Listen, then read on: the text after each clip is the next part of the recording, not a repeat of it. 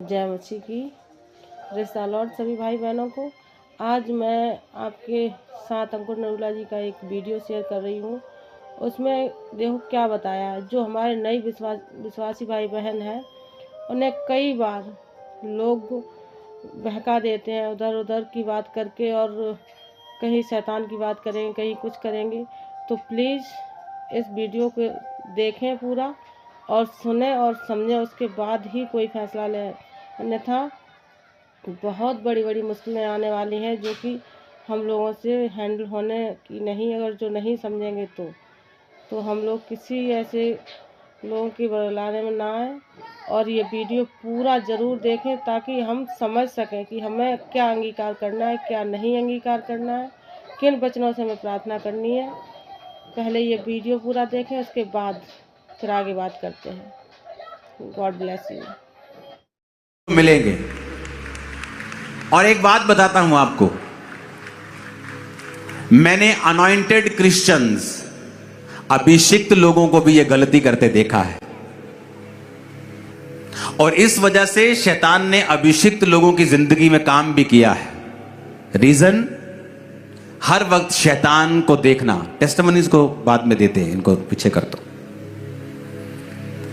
अपने पड़ोसी को बोलो, शैतान एक स्वर्गदूत है, वो हर जगह मौजूद नहीं रह सकता। वो और उसके दूत विजिट करते हैं, वचन में लिखा है, लेकिन हर वक्त मौजूद नहीं रह सकते। लेकिन यहोवा नाम का मतलब है हर जगह मौजूद। आमीन। अभिषिक्त लोगों ने गलतियां की। क्या गलती की? ओए तेरे कोल शैतान खड़ा, ओए तेरे जीवन च शैतान काम कर रहा, ओए तेरे ऊपर शैतानी आत्मा तेरे ते अटैक कर रहा, ओए तू शैतान के खिलाफ प्रार्थना कर, शैतान तेरी जिंदगी से काम कर। ये कभी कभी आपको मैसेज मिलता है, लेकिन हर बार शैतान कुछ हो गया, छींक आ गई, शैतान चाहे गोलगप्पे खा के आई हो, चाहे छोले भटूरे खाए हो, गला बैठ गया हो, बोले शैतान ने कर दिया। तो शैतान रोता है परमेश्वर के सामने, बोलता है परमेश्वर मैं तो इतना करता भी नहीं जितनी मेरी लोग मेरा नाम लगा देते हैं, इतना तो मैंने कभी किया ही नहीं। गंदा खाना, गंदा पीना, फिर कहना जी शैतान ने पथरी कर दी। पथरी का ऑपरेशन करवा लेंगे 15-20 हजार का, लेकिन घर में साफ पानी का फिल्टर नहीं लगाएंगे, फिर बोलेंगे शैतान ने कर दिया। तो दो तरह के लोग होते हैं, एक शैतानी कॉन्शियस, तेरे ऊपर शैतान है, मैं वहां गया मुझे शैतान दिखा, उनके घर में बड़ी दुष्ट आत्माएं थी। दूसरी तरह के क्रिश्चियन वो हैं जो स्पिरिट कॉन्शियस हैं, जो हर वक्त परमेश्वर की आत्मा की और ज्यादा ध्यान देते हैं कि मैं जा रहा हूं। वचन कहता है, आत्मा कहता है, धन्य है तू अंदर आते समय, धन्य है तू बाहर जाते समय, धन्य है तेरा बैंक बैलेंस, धन्य है तेरी कठौती, तेरा काम, तेरा धंधा, तेरा बच्चा, तेरी पत्नी, तेरा पति, जो भी तेरे पास है वो धन्य है। यहोवा का मतलब है हर जगह मौजूद। परमेश्वर की आत्मा जो मेरे अंदर है वो कहता है कि जिस आत्मा ने यीशु मसीह को मुर्दों में से जी उठाया, वो तुम्हारे मुर्दा शरीरों को क्यों ना जी उठाएगा। अगर मेरे अंदर परमेश्वर का आत्मा है, यहोवा जो हर जगह मेरे साथ मौजूद है, और वो मुझे कहता है धन्य है तू बाहर आते समय, भीतर आते समय, धन्य है जहां तू जाएगा परमेश्वर तेरे साथ है, तो शैतान कहां आ गया। जब कॉन्शियस ऐसा हो जाएगा, जब आपके विवेक में और आपकी सबकॉन्शियस में, माइंड में ये चीजें घुस जाएंगे कि परमेश्वर आपके संग है, तो आप वही फिर एक्सपेक्ट करेंगे जो परमेश्वर की ओर से आता है।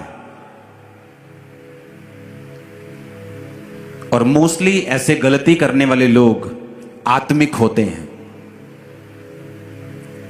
कम नॉलेज वाले आत्मिक, कम नॉलेज वाले पास्टर्स, जो हर वक्त शैतान को महिमा देते हैं। और मैंने उनकी लाइफ में शैतान को काम करते हुए देखा है, बीमारियों के रूप में भी, तकलीफों के रूप में भी, क्योंकि उन्होंने शैतान का नाम ज्यादा लिया है और परमेश्वर का नाम कम लिया है। जबकि हमें परमेश्वर का नाम ज्यादा लेना है और शैतान का जिक्र कभी कभी करना है, ताकि लोगों को मालूम हो कि शैतान की वजह से ही घात होता है, नष्ट होता है, चुराया जाता है जीवन। जब भी आप अपनी लाइफ में चलें तो आपके सबकॉन्शियस में, आपके अंदर ये स्पिरिट में होना चाहिए कि आप परमेश्वर के बेटे और बेटियां हैं। वचन ये कहता है कि आपको शैतान और शत्रु की सारी सामर्थ पर परमेश्वर ने अधिकार दिया है। शैतान आपके लिए एक चीज होनी तो चाहिए, लेकिन मामूली होनी चाहिए। अगर आप उसे बड़ा बना देंगे कि शैतान के कारण मेरी शादी नहीं हो रही, शैतान के कारण मेरी जिंदगी में मुझे डिलीवरेंस नहीं हो रही, तो वो आपके शब्दों को पकड़ लेगा। और जब तक आप ये अंगीकार नहीं करेंगे कि मुझे शैतान के ऊपर अधिकार है, और आप उसको डांटेंगे नहीं अंदर से विश्वास के साथ, तब तक आपके जीवन में कुछ काम नहीं होगा।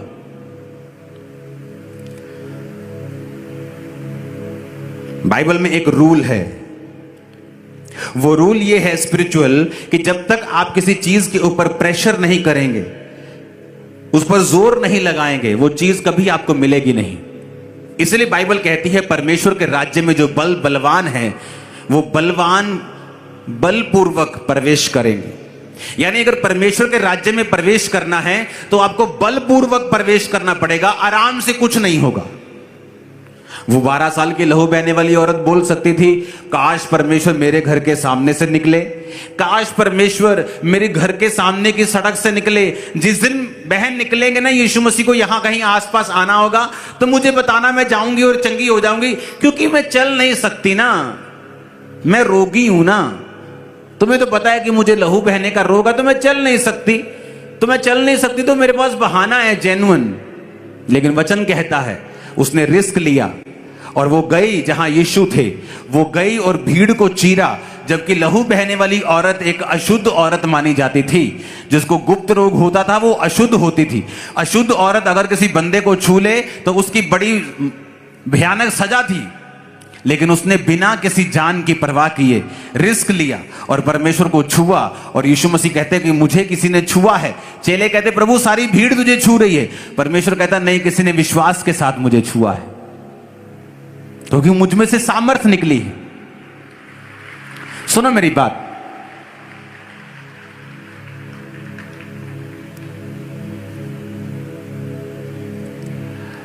अगर आप बलपूर्वक प्रवेश नहीं करेंगे तो आप उसके राज्य में प्रवेश नहीं कर सकते।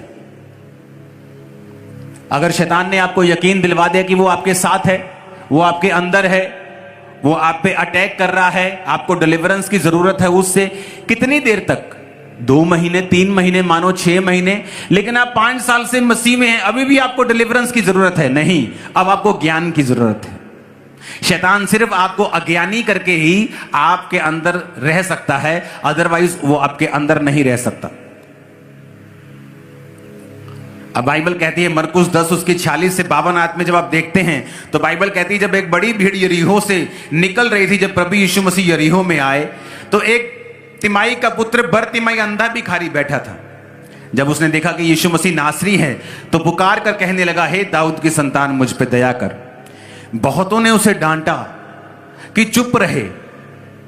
आप इमेजिन करो, एक अंधा है और जीसस को पुकार रहा है और लोग उसे डांट रहे हैं। क्या लोगों का दिमाग खराब है क्या?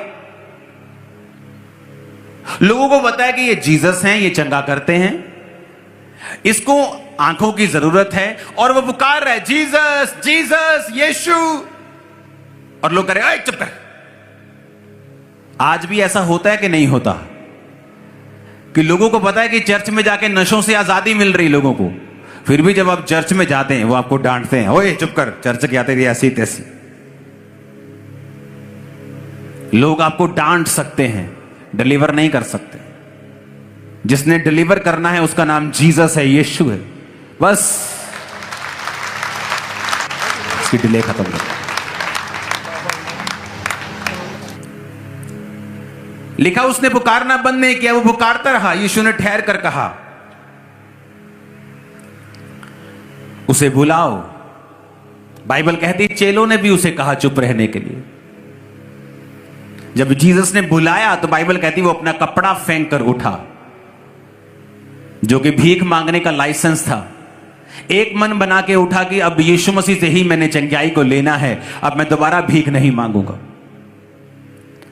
अगर आपको परमेश्वर के राज्य में प्रवेश करना है, आपको छुटकारा लेना है, आपको परमेश्वर से उसका हाथ चाहिए, आप एक बड़ा काम चाहते परमेश्वर आपकी लाइफ में करें, दो चीजें आपको करनी पड़ेंगी। आपको बलपूर्वक प्रवेश करना पड़ेगा,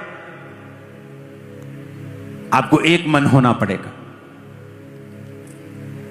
अंधा बोल सकता था, सोच सकता था कि अगर जीसस ने चंगा नहीं किया तो इस रुमाल को कहीं छुपा लेता हूं, भिखारी होने का सर्टिफिकेट है ये रुमाल, तो भीख भी मांगने से जाऊंगा। तो वचन कहता है कि वो कपड़ा फेंक कर उठा, कपड़ा छुपा के नहीं उठा, कि छुपा लेते हैं, पेट के अंदर डाल लेते हैं। अगर जीसस ने चंगा किया ठीक है, नहीं किया तो फिर भीख मांग लेंगे, क्या बात है। आज लोग बल लगाना भूल गए हैं। आप बलपूर्वक प्रवेश करते हैं। परमेश्वर आपको देने से पहले देखता है, आपके विश्वास को परखता है। लोगों ने डांटा, वो चुप नहीं किया, चेलों ने डांटा, वो चुप नहीं किया। जीसस ने कहा इसकी पुकार जेन्युइन है, इसे बुलाओ। आपने एक हफ्ता परमेश्वर को पुकारा, 2 हफ्ते पुकारा, आपका रिश्तेदार आया, ओए चुप कर, दोबारा चर्च गया तो देख ली तेरे ब्याह तो नहीं होना में। जीसस ने देखा अब ये क्या करता है, अगर तू चुप कर जाएगा तो तेरी आशीष तुझे कभी नहीं मिलेगी।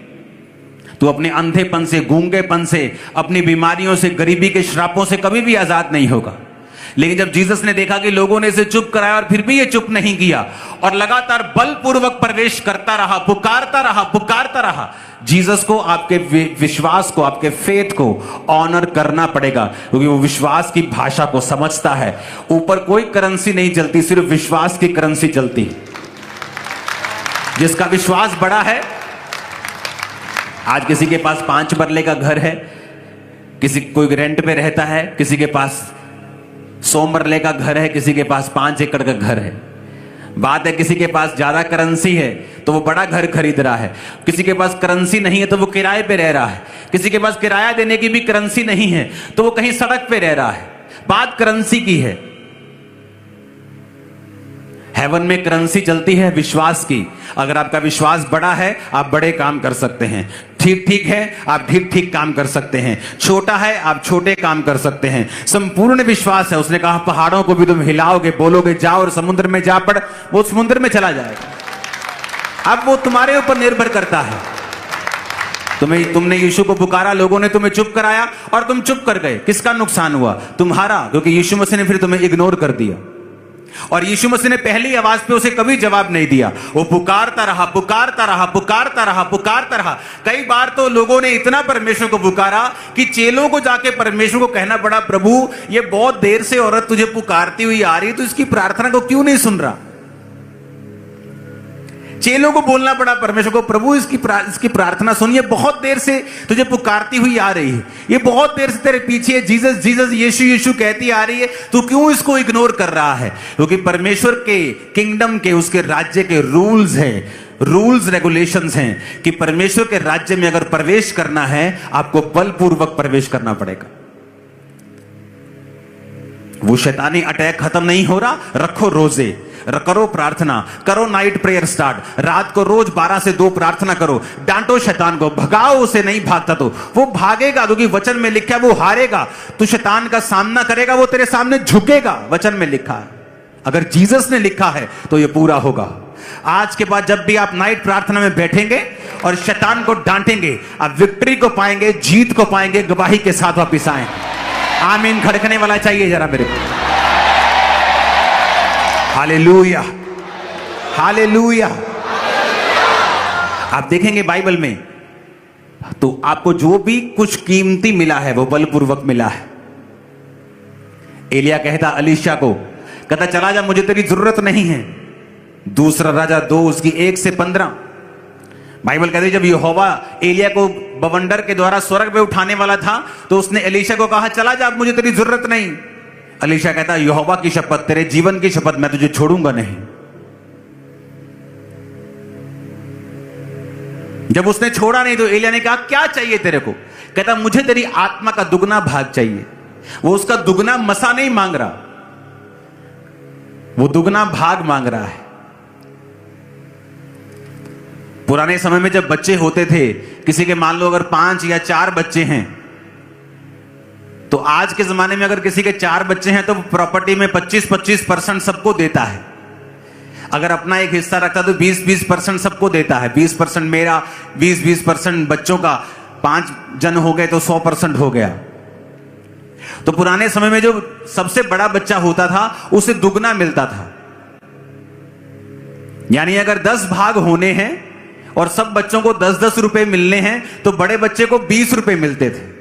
अगर सबको 20-20 मिलने हैं तो बड़े बच्चे को 40 मिलते थे। तो एलिया क्या कर रहा था? एलिया उसको परख रहा था। और अलीशा क्या कर रहा था? वो ये दिखा रहा था कि मुझे दुगना भाग इसलिए चाहिए कि मैं ये क्लेम करता हूं कि मैं आत्मा में तेरा जेठा बच्चा हूं। जेठे के ऊपर ज्यादा जिम्मेवारियां होती हैं। कितने मेरी बात को समझ रहे हैं? जेठे के ऊपर सबसे ज्यादा जिम्मेवारियां होती हैं। तो जब बाइबल कहती है एलिया के दूसरे चेलों को पूछा गया और जब उन्होंने अलीशा को बताया कि तुझे पता है आज हमारा गुरु स्वर्ग में जाने वाला है जीवित, उनको मालूम था कि एलिया चढ़ने वाला है। अलीशा कहता ओए चुप करो, मेरे को पता है, चुप करो। क्यों? क्योंकि एलिया की आंखें जो थी वो फल पाने की ओर लगी थी कि मैं ये प्रूफ करूंगा कि आत्मा में मैं इसका जेठा बच्चा हूं और मुझे दुगना भाग चाहिए, दुगना अभिषेक चाहिए। जो दूसरों के पास है उससे दुगना हिस्सा मुझे चाहिए। और एलिया उससे परख रहा था कि अगर तुझे कुछ ऐसा चाहिए जो किसी के पास नहीं है, तुझे आत्मिक रूल्स को फॉलो करना पड़ेगा और तुझे बलपूर्वक प्रवेश करना पड़ेगा। वो उसको रिजेक्ट करता गया, चला जा चला जा। कहता मैं नहीं जाऊंगा, नहीं जाऊंगा, यहोवा की शपथ, तेरे जीवन की शपथ, मैं तुझे छोड़ के नहीं जाऊंगा। आप कुछ भी परमेश्वर से कीमती लेना चाहते हैं, आपको बलपूर्वक प्रवेश करना पड़ेगा। आराम से कभी नहीं मिलेगा। आपको अपना विश्वास दिखाना पड़ेगा, आपको उस चीज के लिए लगे रहना पड़ेगा। अब एलीशा ने दिखा दिया एलिया को कि मैं तेरा जेठा हूं और मुझे दुगना भाग चाहिए, क्योंकि किसी ने उसको फॉलो नहीं किया। सब जानते थे स्वर्ग पे चढ़ेगा, किसी ने उसको फॉलो नहीं किया, लेकिन उसने उसको फॉलो किया।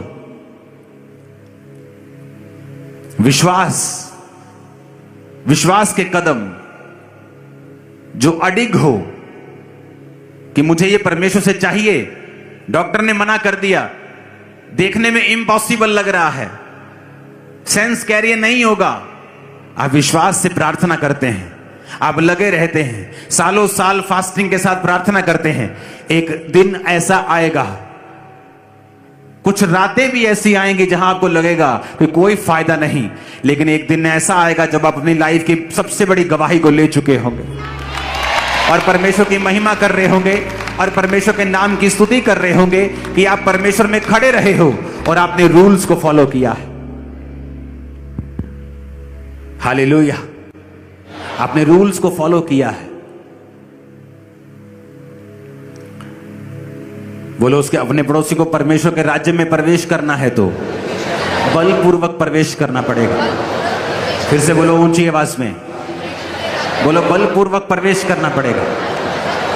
हमें थकना नहीं है, विश्वास में कम नहीं होना है, प्रार्थना में कम नहीं होना है, बल्कि लगे रहना है, लगे रहना है, लगे रहना है। विश्वास के साथ बलपूर्वक हमें परमेश्वर के राज्य में प्रवेश करना है। आमीन, ऊंचा खड़काओ जरा एक। हालेलुया। बलपूर्वक आप प्रवेश नहीं करेंगे, आप कहेंगे नहीं मैं कीती सी प्रार्थना, नहीं मैं गया सी चर्च, मैं दिता सी एक बारी टाइट, हाँ हाँ मैं बोया सी बीज बोन गया सी। आपको वो करना पड़ेगा लगातार। एक दिन की प्रार्थना से नहीं, 2 दिन, 3 दिन, 3 महीने, 3 साल, 10 साल आप प्रेयर को छोड़ेंगे नहीं।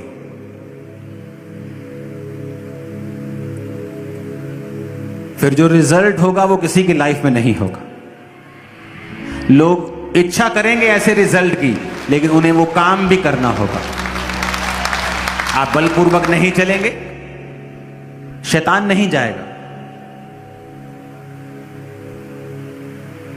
आप वचनों को समझेंगे नहीं, वो आपको छोड़ेगा नहीं। जिस दिन आप वचन समझ जाएंगे कि परमेश्वर मेरे ऊपर, मेरे बाहर, मेरे अंदर, जहां मैं जाऊंगा वो मेरे संग, हर जगह वो मौजूद है, तो शैतान का कोई रोल मेरी लाइफ में नहीं रहा।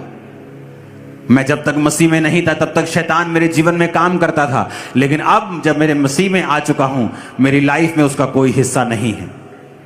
आप प्रार्थना करेंगे, आप डांटेंगे, आप भगाएंगे, विश्वास करेंगे जो वचन में लिखा है कि मेरे पास अधिकार है, शैतान के पास नहीं। जैसा आप विश्वास करेंगे, जैसा आप चलेंगे, वैसा ही आपके साथ होगा। आमीन। आपको विश्वास में पक्के होना होगा, बलपूर्वक प्रवेश करना होगा। आपको बेसिक कभी नहीं भूलना होगा कि प्रार्थना उपवास आपका बेसिक है। इसलिए जब आप प्रार्थना करने के लिए बैठते हैं, इमेजिन करो शैतान कितने तरह के अटैक आपकी लाइफ पर करने की कोशिश करता है। आपको काम याद आ जाएंगे, आपको सडनली किसी की कही हुई बात याद आ जाएगी, कोई नेगेटिव चीज आपके दिमाग में आ जाएगी, कोई व्यभिचार की बात आपके दिमाग में आ जाएगी। जैसे ही आप प्रार्थना करने के लिए बैठेंगे, फोन पे आपको आपका आत्मिक काम याद आ जाएगा, क्योंकि शैतान आप कुछ भी कर ले, लेकिन आपको प्रार्थना करने वो देना नहीं चाहता है। उसे मालूम है कि अगर वो प्रार्थना करेगा, वो बलपूर्वक परमेश्वर के राज्य में प्रवेश करेगा। इसलिए वो आपकी प्रेयर लाइफ पर हमेशा अटैक करने की कोशिश करता है, क्योंकि जैसे ही आप प्रेयर करते हैं, हेवन में कुछ होता है। उस समय चाहे आपको नजर ना आए, लेकिन हेवनली रियल्म में बड़ी चीजें होती हैं जिन्हें आप इन नंगी आंखों से नहीं समझ सकते हैं। ये हिलना डुलना बंद करो मेरे आसपास। बाइबल कहती है दानियेल ने सोचा कि मैं प्रार्थना करूंगा, और बाइबल कहती है फास्टिंग के साथ वो प्रार्थना करने के लिए बैठा, और जब प्रार्थना करने के लिए बैठा तो परमेश्वर ने दूत को पहले दिन ही भेज दिया उसके जवाब के साथ। लेकिन वचन कहता है जब दूत उसको मिला 21वें दिन, तो उसने कहा मैं जब तू पहले दिन ही मन लगाकर प्रार्थना करने के लिए बैठा था तो मैं प्रार्थना का उत्तर लेके निकल आया, लेकिन रास्ते में शैतान मुझको रोके रहा। कहता फिर मिकाएल स्वर्गदूत आया और उसने उस शैतान से लड़ाई की। अब मैं जब तेरे से चला जाऊंगा वापिस तो मैं उस शैतान से फिर लड़ूंगा। अगर आप हिस्ट्री की बुक्स को पढ़ें तो बाइबल कहती है, हिस्ट्री की बुक्स कहती हैं बाइबल के उस वचन के बाद वहां की जो गवर्नमेंट थी वो बदल गई थी, राजा चेंज हो गया था। आत्मा में कुछ हुआ, ऊपर हुआ, लेकिन धरती पे उसका रिजल्ट कुछ महीनों के बाद आया। कई बार आप नहीं समझते, नहीं जान पाते कि परमेश्वर क्या कर रहा है, लेकिन जब आप प्रार्थना में होते हैं, गैर भाषा की प्रार्थना करते हैं, तो आपको यह मालूम नहीं होता आप क्या कर रहे हैं, लेकिन आपको बाद में मालूम होता है कि परमेश्वर ने किस तरह से आपके रास्तों को खोला है। कोई बंदा बैठकर इस समय आपके खिलाफ योजनाएं बना रहा है, आप उसे जानते भी नहीं, आपने उसे देखा भी नहीं, उसने कभी आपसे वो मिला नहीं, लेकिन फिर भी वो आपके खिलाफ योजनाएं बना रहा है। कौन उन योजनाओं को नाश करेगा? आपकी प्रार्थनाएं उन योजनाओं को नाश करेंगी। नाश ही नहीं करेंगी बल्कि शर्मिंदा करेंगी, गड्ढे में डाल देगी उन सब योजनाओं को। मैं आपको बता रहा हूं, जब आप प्रार्थना करेंगे। एक दिन एक बंदा रात को बेचैन होकर उठा, और जब बेचैन होकर उठा तो पवित्र आत्मा ने कहा गैर भाषा में प्रार्थना करो। वो गैर भाषा में प्रार्थना करता गया कितनी देर बेचैनी खत्म नहीं हुई। एक समय आया, कुछ घंटे के बाद बेचैनी खत्म हो गई। कई बार आप बेचैन फील करते हैं, रात को एकदम से नींद आपको जाग जाती है, आप बोलते हैं मुझे रात को नींद नहीं आती। परमेश्वर का आत्मा कई बार आपको उठाता है रात को प्रार्थना करने के लिए, लेकिन आप उसके मैसेज को, आप आत्मिक रूप से इतने मैच्योर नहीं होते कि आप उन मैसेजेस को समझ सकें। कई बार आपको बेचैनी अगर फील होती है तो वो प्रार्थना की कॉल होती है कि आपको प्रार्थना करनी है। कई बार आपको बड़ी निराशा फील होती है, कई बार दिल में आपको बड़ा डीप, आपको बड़ा सैड फील होता है, लेकिन आप जब देखते हैं यार आप तो घूम फिर रहे हैं, आप तो बड़े एंजॉय कर रहे हैं, लेकिन ये स्पिरिट में जो सैडनेस है, स्पिरिट में कुछ बेचैनी है कि किस लिए मेरी लाइफ में आ रही है, वो एक प्रार्थना की कॉल होती है कि परमेश्वर का आत्मा आपको प्रार्थना करने के लिए कह रहा है। कितने मेरी बात को समझ रहे हैं? उस बंदे ने प्रार्थना की, तब व्हाट्सएप नहीं होते थे, फोन नहीं होते थे, कुछ नहीं होता था। थोड़े दिन बाद वो अपने सगे भाई से मिला और उसके सगे भाई ने बताया मेरे भाई फलानी डेट को रात को इतने बजे मुझे हार्ट अटैक हुआ, और जब हार्ट अटैक हुआ तो मैं मर गया था। मैं मर गया और मुझे हॉस्पिटल लेके जा रहे थे, लेकिन सडनली कुछ देर के बाद मेरी सांसें वापिस आ गई। तो उसने कहा किस तारीख को हुआ? उसने कहा मेरे को ये फलानी फलानी तारीख को, इस तारीख को हुआ। उसने कहा उसी तारीख को मेरे को परमेश्वर ने कहा था उठाकर, जो मैं बेचैनी फील कर रहा था, रात को उठ गया और मैंने गैर भाषा में प्रार्थना की थी। और वचन में लिखा है कि तुम अपने अति पवित्र विश्वास में प्रार्थना करो, गैर भाषा में प्रार्थना करो। इसलिए पौलुस ने कहा मैं आत्मा में प्रार्थना करूंगा, मैं बुद्धि से भी प्रार्थना करूंगा। आत्मा से प्रार्थना कैसे करनी है? गैर भाषाओं से। बुद्धि से कैसे करनी है? जो मुझे चाहिए, परमेश्वर ये वाले रास्ते को साफ कर, परमेश्वर ये वाले रास्ते को साफ कर, परमेश्वर मेरे भाई को बचा, मेरी फलानी बहन को बचा। बुद्धि से प्रार्थना। आत्मा से प्रार्थना कैसे करनी है? गैर भाषा से प्रार्थना, क्योंकि बाइबल कहती है आप नहीं जानते आने वाले समय में क्या होगा, आप नहीं जानते प्रार्थना किस रीति से करनी चाहिए। वो आपको तरीके के बारे में बात नहीं कर रहा कि किस रीति से करनी चाहिए, कि पहले मैं ऐसे हाथ उठाऊं, ऐसे घुटने लगाऊं, वो उस रीति की बात नहीं कर रहा। क्योंकि प्रार्थना, आत्मा ये कह रहा है कि तुम्हें नहीं पता फ्यूचर में क्या होगा, कौन तुम्हारा दुश्मन है, कौन तुम्हारे लिए क्या सोच रहा है, कब फ्यूचर में तुम्हारे साथ क्या होगा। इसीलिए वचन कहता है कि जो धर्मी होता है और आत्मिक होता है वो बुरे समाचार से डरता नहीं है। धर्मी कभी भी फ्यूचर के बारे में चिंतित नहीं रहता, उसे पता है परमेश्वर कहता है मैं पहला और आखिरी हूं। उसने रेस शुरू भी की है और वो रेस के आखिर में भी है। वो कह रहा है मैं आखिर में पहुंच गया हूं, बेटा तू आजा, बेटी आजा, कोई प्रॉब्लम नहीं होगी तुझे, आजा, तू मेरे तेरे साथ हूं।